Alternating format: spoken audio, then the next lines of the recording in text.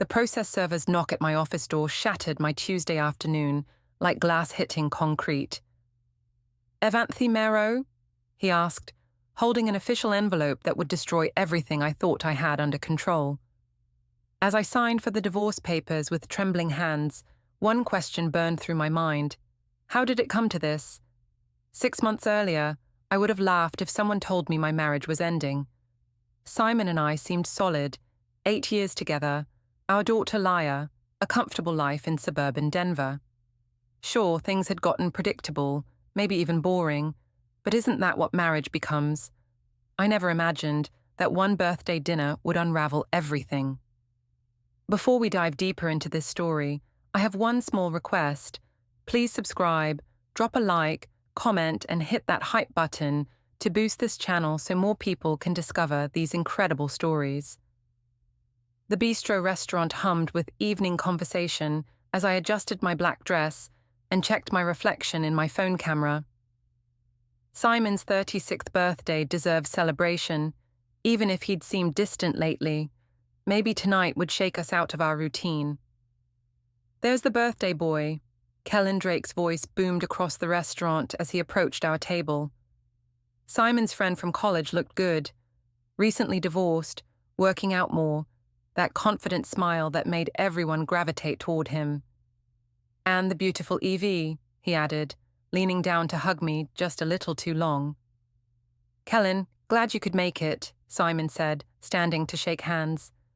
His smile seemed forced, but then again, Simon never was the social type. "Wouldn't miss it, buddy. Evee, you look absolutely stunning tonight." Kellen's hand lingered on my shoulder as he pulled out his chair. "That dress is incredible on you." A warm flush crept up my neck. When was the last time Simon complimented how I looked?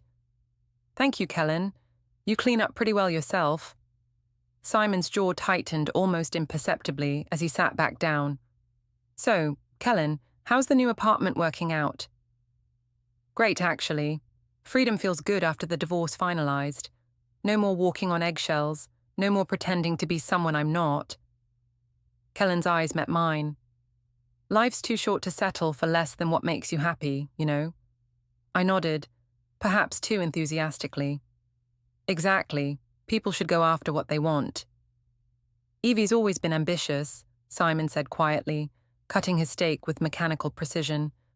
"Sometimes I wonder if I hold her back."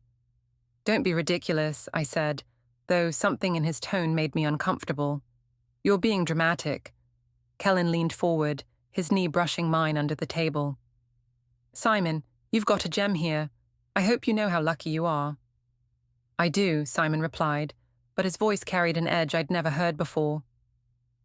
As the evening progressed, Kellen's attention felt like sunlight after months of clouds. He laughed at my stories about difficult customers at work, asked about my photography hobby that Simon barely acknowledged anymore, and made me feel interesting again. When he suggested we all get together more often, I agreed immediately. "We should definitely do that," I said, my hand accidentally touching his as we reached for the wine bottle simultaneously. "It's nice having stimulating conversation for once." Simon's fork clinked against his plate. "For once." "You know what I mean. We don't socialize much anymore." "Maybe there's a reason for that," Simon muttered. Kellen smoothly intervened. "Hey, let's get a group photo. This has been such a great night." He moved his chair closer to mine, his arm sliding around my waist as he held up his phone. "Smile, everyone." I leaned into Kellen's warmth, laughing at something he whispered in my ear about Simon's serious expression. The camera clicked several times, capturing what felt like the most alive I'd been in months. When Simon excused himself to use the restroom, Kellen's hand found mine across the table. "Evee, I have to say something. You deserve someone who appreciates how amazing you are." My heart hammered. "Kellen, I'm not trying to cause problems. I just think you're incredible, and I hope Simon knows that."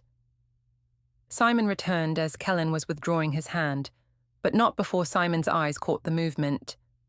The rest of dinner passed in strained silence, Simon's responses becoming increasingly monosyllabic. "Well, this was wonderful," Kellen said as we prepared to leave. Simon, thanks for including me.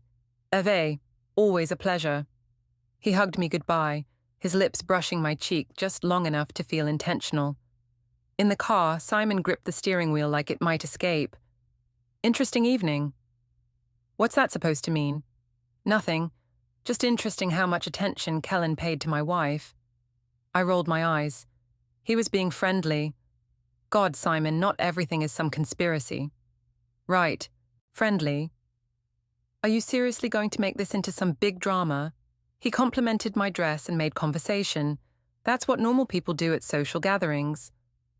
Simon pulled into our driveway without responding. Inside, he headed straight for the linen closet, pulling out a pillow and blanket. What are you doing? Sleeping on the couch tonight. Seriously, over this? He paused at the bottom of the stairs, looking at me with an expression I couldn't read. I need some space to think. It was the first time in our 8-year marriage that Simon had chosen to sleep anywhere but our bed. As I lay alone that night, I wondered if he was really going to make one innocent dinner into such a big deal. The next morning, Simon sat at the breakfast table with his coffee and laptop, not looking up when I entered the kitchen. Laya pushed her cereal around her bowl, glancing nervously between us. Daddy, why did you sleep on the couch? Just needed better sleep, sweetheart. Sometimes grown-ups do that. I poured coffee with more force than necessary. Your father is being dramatic about nothing. Evie, Simon's voice carried a warning. What? I'm not allowed to explain why you're suddenly acting weird. Laya's eyes widened. Are you fighting? No, baby, I said quickly, shooting Simon a look. Daddy just misunderstood something that happened last night. I didn't misunderstand anything. Simon closed his laptop. Laya, finish your breakfast. I'll drive you to school today. But Mommy always drives me on Wednesdays. Not today. After they left, I called my sister Lauren, needing someone rational to talk to. He's being completely unreasonable, I explained. Kellen was just being nice, and Simon's acting like I committed some crime. Men can be so insecure, Lauren agreed, especially when they're not putting effort into the relationship themselves. When's the last time Simon took you out or made you feel special? Exactly. That's what I keep thinking. Maybe if he paid me half the attention Kellen did, this wouldn't even be an issue. You deserve to feel appreciated, Evee. Don't let Simon make you feel guilty for enjoying some harmless attention. But when Simon returned from school drop-off, his mood hadn't improved. He went straight to his home office and closed the door. Around noon, my phone rang. Simon's mother. Evie, dear, I heard about last night. My stomach dropped. What about last night? Simon called this morning. He seemed quite upset about this Kellen person's behavior toward you. Helen, there was no behavior. We had dinner, Kellen was friendly, and Simon's reading way too much into it. I see. Helen's tone grew cooler. And how exactly was this man being friendly? Normal conversation, some compliments, nothing inappropriate. Compliments about what? I hesitated. My dress, my personality, just normal social interaction. I've known Simon for 36 years, Evie. He's not the jealous type. If he's concerned, there's probably good reason. Or maybe he's just not used to me getting positive attention from anyone but him. That's an interesting way to put it. Helen's disapproval radiated through the phone. Perhaps you should consider how your actions might appear to your husband. My actions? I had dinner and made conversation. Since when is that a crime? Since you're a married woman encouraging another man's advances. I wasn't encouraging anything, but Helen had already hung up. That evening, Simon emerged from his office with a small notebook, which he placed in his briefcase. When I asked about it, he shrugged. Just work stuff. You don't usually bring work notebooks home. I do now. Over the next few days, I noticed Simon paying more attention to my schedule, asking casual questions about my plans, my co-workers, my evening activities. When I mentioned staying late at work for inventory, he asked which co-workers would be there. When I said I was meeting Dina for coffee, He wanted to know which cafe. "Since when do you care about every detail of my day?" I finally asked. "Since I realized I haven't been paying enough attention." Something in his tone made me uneasy, but I pushed the feeling away. Simon was probably just trying to be more involved after feeling left out at dinner. Maybe this would actually improve our marriage. Then I found the notebook. Simon had left his briefcase open in the hallway, and the small black book was clearly visible. Curiosity won over respect for privacy. Inside, I found pages of dates, times, and notes in Simon's precise handwriting. Tuesday 3:15, E said working late, home at 11:30 p.m., no overtime on pay stub. Thursday 3:17, E's phone buzzed during dinner, quickly silenced, said it was Dina. Saturday 3:19, E spent 2 hours at grocery store, only bought milk and bread. My hands shook as I flipped through weeks of entries. Simon was documenting my movements, like I was some kind of suspect. The violation felt enormous, but underneath the anger was something else, fear. Because some of those entries weren't entirely accurate, and Simon's attention to detail was legendary. The following Sunday, at Simon's parents' house, the tension was immediate.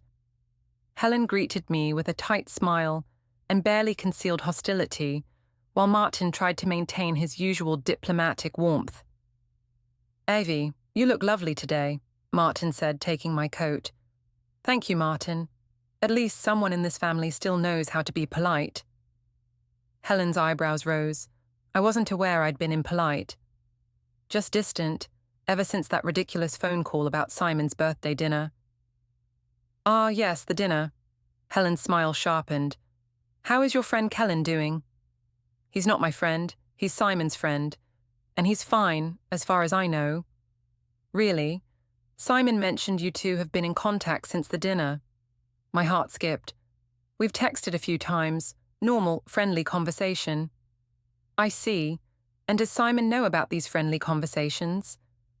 "There's nothing to know. We're all adults here." Simon appeared in the doorway, Laya beside him. "Know about what?" "Your wife was just telling us about her friendship with Kellen," Helen said. "It's not a friendship," I snapped. "We've exchanged maybe 3 text messages." Simon's expression didn't change, but I caught him and his mother sharing a look. During dinner, Helen's questions became more pointed. "Evie, dear, how long have you known Kellen?" "Since college. He and Simon were roommates." "And you've always been close?" "Not particularly. We barely spoke until recently." "What changed recently?" I set down my fork. "Helen, what exactly are you implying?" "I'm not implying anything. I'm asking direct questions and getting evasive answers." "I'm not being evasive. I'm trying to understand why everyone's making such a big deal about normal social interaction." "Because," Helen said calmly, "normal social interaction doesn't typically involve married women deleting text messages from other men." The room went silent. My face burned. "I haven't deleted anything. Haven't you?" Simon was watching me with that unreadable expression again. "Evie, is there something you want to tell me?" "There's nothing to tell. Your mother is manufacturing drama where none exists." "Then you won't mind showing me your phone?" My mouth went dry. "Excuse me?" "If there's nothing to hide, show me your text conversation with Kellen." "I'm not showing you my phone. I'm not a child, and I don't answer to you or your mother." "Interesting response," Helen murmured. I stood up abruptly. "I don't have to sit here and be interrogated. Simon, we're leaving." "Actually, I think we should stay and talk about this." "There's nothing to talk about." But there was something to talk about, and everyone in that room knew it. The text message I'd deleted the night before had been innocent enough, Kellen asking how I was doing, saying he'd enjoyed our conversation at dinner. But the way he'd phrased it, the timing of it arriving at 11 p.m., the small flutter I'd felt reading it, those details felt too complicated to explain. That night, I called Lauren again. "They're ganging up on you," she said after I explained the dinner confrontation. "Helen's always been territorial about Simon, and now she's trying to make you the villain." But what if Simon really is tracking my messages? What if he knows about what? You haven't done anything wrong. Having a conversation with someone isn't cheating. I know, but no buts. You're allowed to have friends. You're allowed to enjoy attention from people who appreciate you. Don't let them make you feel guilty for being human. Lauren was right. I was being made to feel guilty for nothing. If Simon and Helen wanted to create drama, that was their choice, but I wouldn't participate. My phone buzzed with a text from Kellen. "Hope you're doing okay. Last night was fun. We should talk." I stared at the message for a long moment, then deleted it.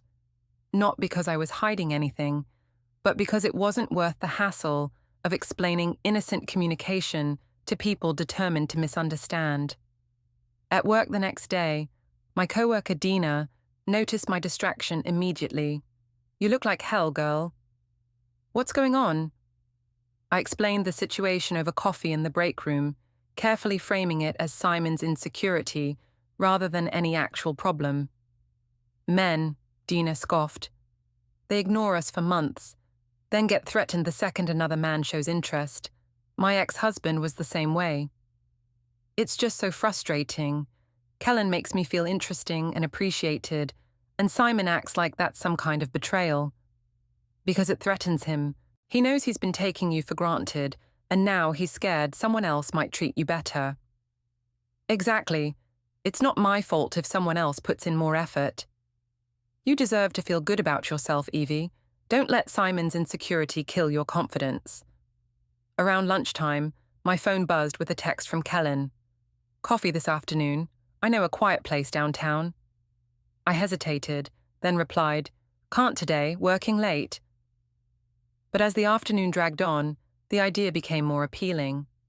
What was wrong with coffee between friends? Simon was being unreasonable, and I was tired of walking on eggshells. At 3 p.m., I told my supervisor I had a dentist appointment and needed to leave early. The lie came easily. Too easily, maybe, but I was tired of justifying every move to everyone. The cafe Kellen had chosen was small and intimate, tucked away from the main downtown area. He was already there when I arrived, looking up from his laptop with that warm smile that made me remember what it felt like to be wanted. "I wasn't sure you'd come," he said, standing to hug me. "I almost didn't. Things have been complicated at home." "Because of the dinner?" "Simon's convinced something inappropriate happened. His mother's making it worse, asking all these pointed questions." Kellen's expression grew serious. "Evie, I hope I didn't cause problems for you. That wasn't my intention." "You didn't do anything wrong. Simon's he's been different lately. Suspicious, controlling. That must be hard." "It is. I feel like I'm being watched all the time, like every conversation is being analyzed for hidden meaning." Kellen reached across the small table, covering my hand with his. "You don't deserve that. You're an amazing woman, and you should be with someone who makes you feel amazing." The touch sent electricity up my arm. "Kellen, I'm sorry. I know this is complicated. I just hate seeing you unhappy." We talked for 2 hours, about everything and nothing. Kellen listened in a way Simon hadn't in years, asking follow-up questions, remembering details from previous conversations, making me feel like the most fascinating person in the room. "I should go," I finally said, checking my phone. "Simon will be expecting me home soon." "Of course. But Evie, if you ever need someone to talk to, someone who actually appreciates you, I'm here." Driving home, I felt alive in a way I'd forgotten was possible. The guilt tried to creep in. I'd lied about the dentist appointment. I'd met another man without telling my husband. I'd enjoyed Kellen's attention more than I should have. But Lauren's words echoed in my mind. I deserved to feel appreciated. At home, Simon was making dinner, while Laya did homework at the kitchen table. "How was the dentist?" he asked without looking up. "Fine, just a cleaning." "Which dentist did you see, Dr. Martinez or the new guy?" The question caught me off guard. "Dr. Martinez, why?" "Just curious. Your appointment seemed longer than usual." There was a wait, You know how it is. Simon nodded, but something in his expression made me nervous. Did they say when you need to come back? 6 months, like always. That night, Simon worked late in his home office. Around midnight, I heard him on the phone with someone, his voice too low to make out words. When I asked about it the next morning, he said it was a work call with a client in a different time zone. But Simon's IT consulting work had never required midnight calls before. Over the next few days, I noticed Simon paying even closer attention to my schedule. When I mentioned working late, he asked which projects were keeping me busy. When I said I was meeting Dina for lunch, he wanted to know which restaurant. The scrutiny felt suffocating. Since when do you need a detailed itinerary of my day? I finally asked, since I realized how little I know about what you do when we're not together. That's what happens when people have separate lives and careers, Simon. We're not joined at the hip. No, but we are married. I thought that meant something.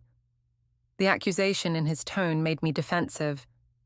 It does mean something, but it doesn't mean I have to account for every minute of my day. Even the minutes you spend with other men. My heart stopped. What's that supposed to mean? Nothing. Forget I said anything.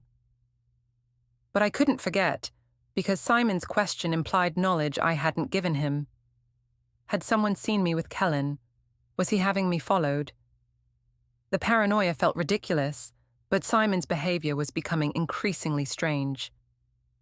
The confrontation came on a Thursday evening.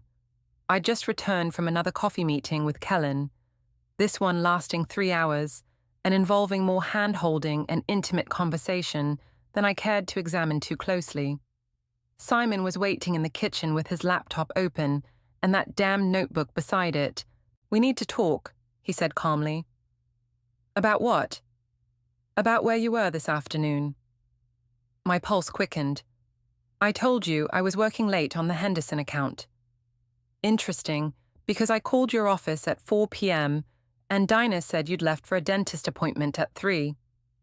The lie crumbled instantly, but I scrambled to rebuild it. I did have a dentist appointment. I forgot to mention it this morning. 2 dentist appointments in 1 week. It was a follow-up. They found a small cavity. Simon's expression didn't change. Which tooth? What? Which tooth has the cavity? I touched my jaw randomly. Upper left molar. Simon made a note in his notebook, then turned his laptop screen toward me. These are your phone records, Evee. Every call and text for the past month. My blood turned to ice. How did you get those? I'm the primary account holder. It wasn't difficult. The screen showed a detailed log of my communications, including dozens of texts to and from Kellen's number. Many were marked as deleted from my device, but preserved in the carrier's records. This is insane, Simon. You're spying on me like I'm some kind of criminal. I'm trying to understand why my wife has been lying to me for weeks. I haven't been lying. You've texted Kellen 47 times in the past 3 weeks. You've deleted most of those conversations from your phone. You've lied about working late, about dentist appointments, about where you spend your afternoons. What would you call that? The evidence was overwhelming, but I couldn't back down now. I call it having a friend that you're too insecure to handle. A friend you meet in secret and lie about? Because I knew you'd react exactly like this. You've turned into some paranoid control freak who can't handle his wife having normal friendships. There's nothing normal about this, Evee. Says who? You? Your mother? I'm not allowed to have conversations with people you don't approve of? Simon closed the laptop. Show me your phone. No. Show me your current text conversation with Kellen. I said no. Because you've deleted it again. Because this is ridiculous. I shouldn't have to prove my innocence to my own husband. Innocent people don't usually work so hard to hide evidence. The kitchen fell silent except for the hum of the refrigerator. Upstairs, I could hear Laya's television playing cartoons, blissfully unaware that her parents' marriage was disintegrating in real time. I want you to stop seeing him, Simon said finally. Excuse me? No more texts, no more coffee dates, No more secret meetings. If you want to save this marriage, you cut off contact with Kellen completely. You don't get to dictate who I can and can't talk to. I do when those conversations are destroying our family. The only thing destroying our family is your paranoia and controlling behavior. Simon stood up, gathering his laptop and notebook. I'm sleeping in the guest room tonight, and tomorrow I'm calling a lawyer. You're threatening me with divorce, over coffee with a friend. I'm protecting myself and my daughter from a situation that's already gone too far. Nothing has gone too far. God, Simon, you're acting like I'm having some torrid affair when all I've done is have normal conversations with someone who actually appreciates me. Normal conversations that you lie about, delete, and hide from your husband. He was right, and we both knew it.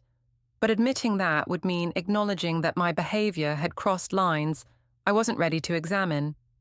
Instead, I doubled down. I hide them because you've created an environment where I can't be honest about innocent friendships. This is your fault, not mine. Simon paused in the doorway. Keep telling yourself that, Evee. Maybe someday you'll actually believe it. The next morning, a knock at the door interrupted my coffee. A man in a suit handed me an envelope with my name on it. Evanthy, Mero? Yes. You've been served. Inside were divorce papers and an emergency motion for temporary custody of Laya. Simon had filed that morning, citing adultery, abandonment of marital duties, and behavior detrimental to the minor child's well-being. By the time I finished reading, Simon was loading suitcases into his car. Laya sat in the passenger seat, clutching her favorite stuffed animal and looking confused. Where are you going? I called out. To my parents' house. My lawyer will be in touch about visitation arrangements. You can't just take Laya. The emergency order gives me temporary custody pending investigation. If you want to contest it, hire a lawyer. As they drove away, Laya's small face appeared in the rear window, and I realized that my choices had consequences I'd never considered. 3 weeks later, I sat in the conference room at Thornton & Associates, facing Simon across a polished table that reflected the fluorescent lights like a mirror. His lawyer, Patricia Thornton, was a sharp-faced woman in her 50s who'd built her reputation on high-conflict divorces.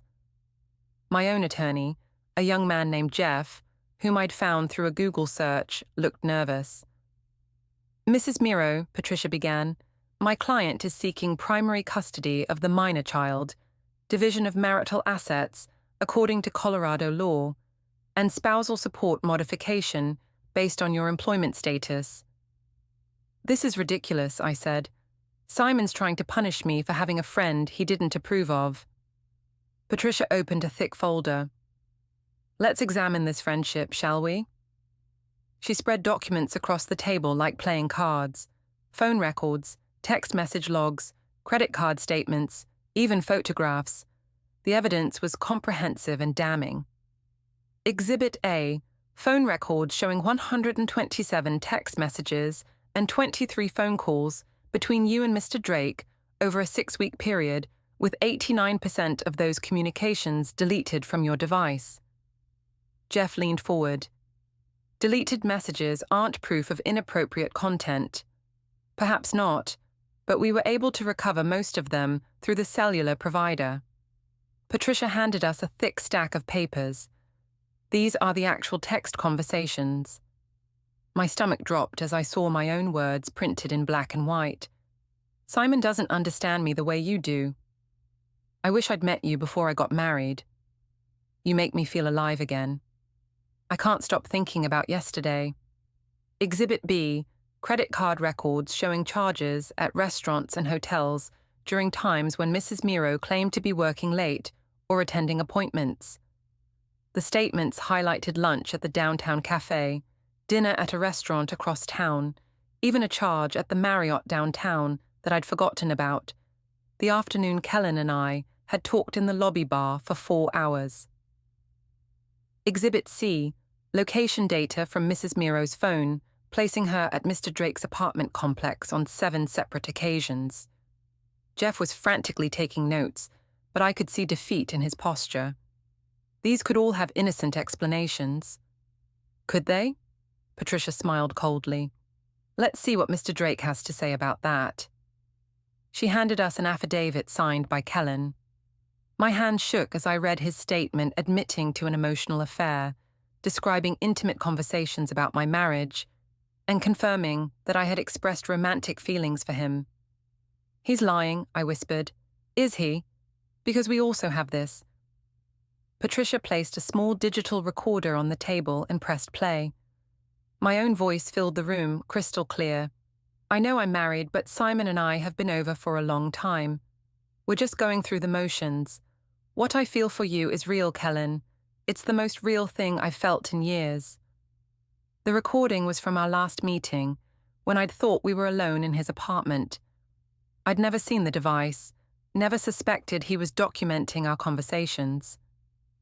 Mr. Drake provided this recording to demonstrate the extent of the emotional affair and Mrs. Mero's statements about the marriage being over. I looked at Simon for the first time since entering the room. His expression was unreadable, but I could see the hurt beneath the careful composure. Simon, I never meant... Don't, he said quietly. Just don't.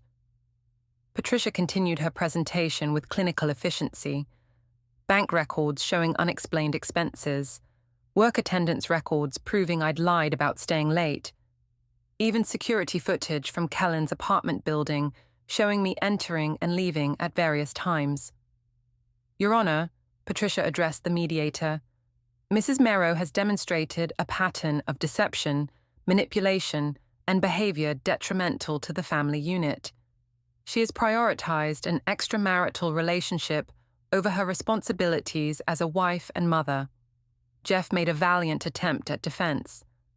My client maintains that this was an emotional friendship that got complicated, not a physical affair.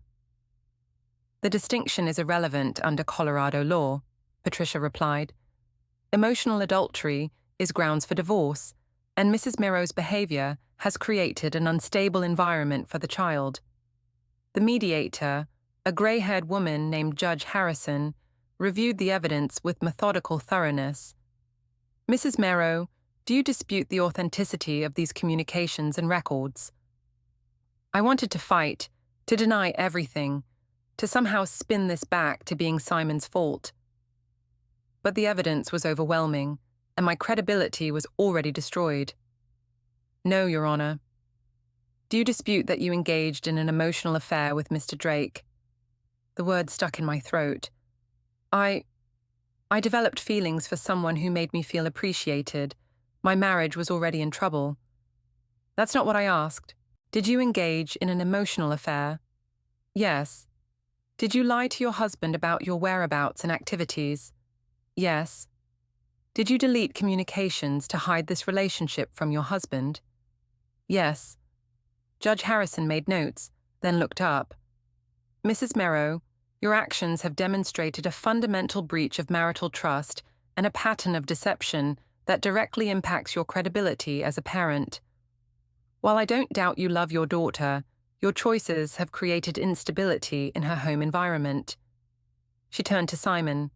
Mr. Mero, you've documented your concerns meticulously and sought legal remedy through appropriate channels. Your evidence demonstrates responsible parenting and genuine concern for your daughter's well-being.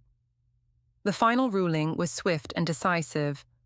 Simon received primary custody of Laya, with me granted supervised visitation every other weekend.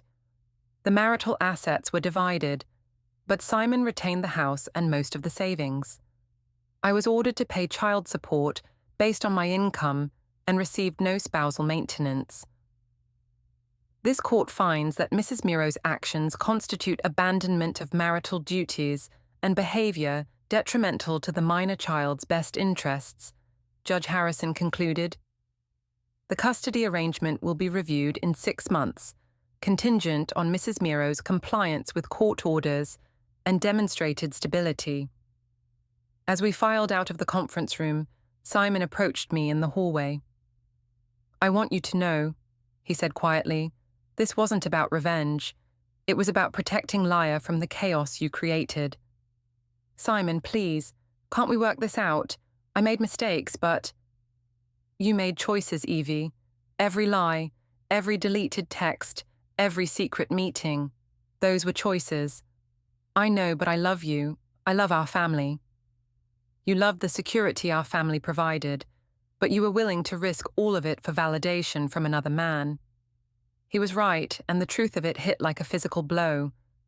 I had risked everything, my marriage, my home, my relationship with my daughter, for the intoxicating feeling of being desired by someone new. What happens now? I asked.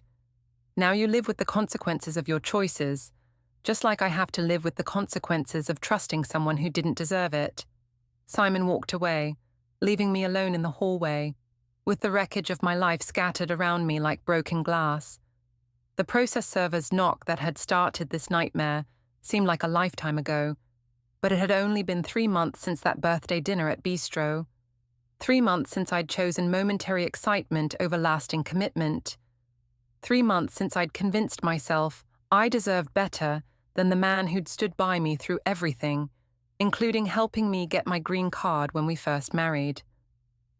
As I sat in my car in the parking garage, I finally understood what I'd lost. Not just a marriage or a house or even custody of my daughter, but the respect of everyone who mattered. Simon's methodical documentation hadn't been paranoia. It had been the actions of a man who knew his wife was lying but hoped he was wrong. I'd proven him right in the worst possible way. My phone buzzed with a text from Kellen. Heard about the divorce. Sorry it got so complicated. Maybe we can grab coffee sometime. I stared at the message for a long moment, then blocked his number. Some lessons come too late to matter, but I'd finally learned mine. The man who'd helped me build a life in America, who'd loved me through my flaws and supported my dreams, who'd been a devoted father to our daughter. I'd thrown it all away for someone who recorded our private conversations and used them against me in court. Simon had been right about everything. And now, sitting alone in a parking garage with divorce papers in my lap and supervised visitation rights to my own daughter, I finally understood the difference between love and infatuation, between commitment and excitement, between a partner and a predator. But understanding came too late to save anything that mattered.